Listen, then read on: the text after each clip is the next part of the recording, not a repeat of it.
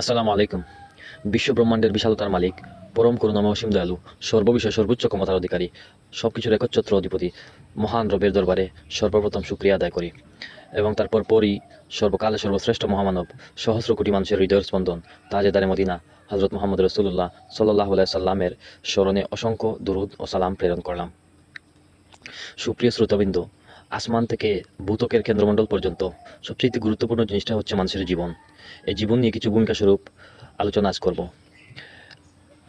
জন্মলগ্ন থেকেই মানুষ ছোট থেকে বড় হয়, স্কুল কলেজে পড়ালেখা করে বা বিভিন্ন শিক্ষা প্রতিষ্ঠানে পড়ালেখা করার পর তারপর চাকরি জীবন শুরু হয়। চাকরি জীবনের পর সন্তানাদি জন্ম হয়, বিয়ে শাদী হয়, তারপরে আস্তে আস্তে বৃদ্ধ হয়। এইভাবে একজন মানুষ মারা যায়। এটাই হচ্ছে একটা লাইফ সাইকেল। তো এই লাইফ সাইকেলের মধ্যে সবচেয়ে গুরুত্বপূর্ণ যে জিনিসটা হচ্ছে তা হচ্ছে মানুষের জীবনের একটি উদ্দেশ্য রয়েছে।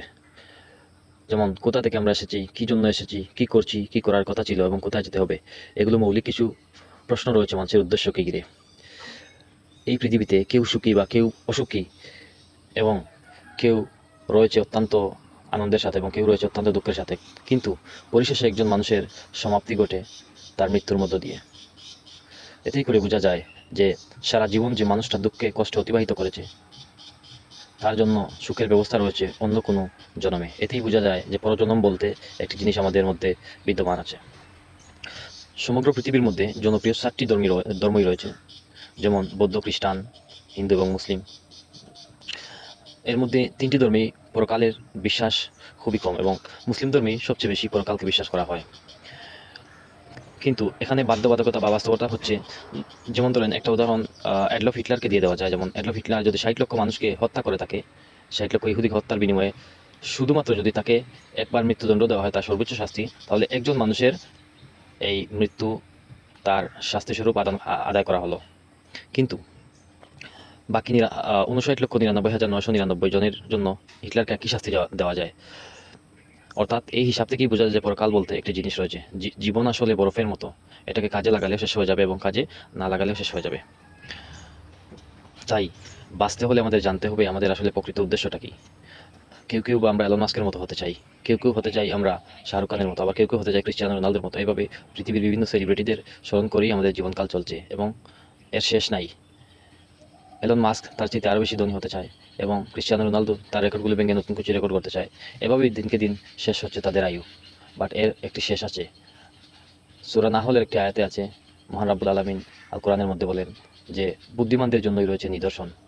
তাই আপনাকে প্রত্যেকটা বিষয়ে চিন্তা করতে হবে। আপনি সুখী থাকলেও আপনাকে মরতে হবে, অসুখী থাকলেও যখন আপনাকে মরতে হবে। তাই সর্বপ্রথম আমাদেরকে বিশ্বাস করতে হবে আমাদের জীবনের উদ্দেশ্যটা ঠিক কী।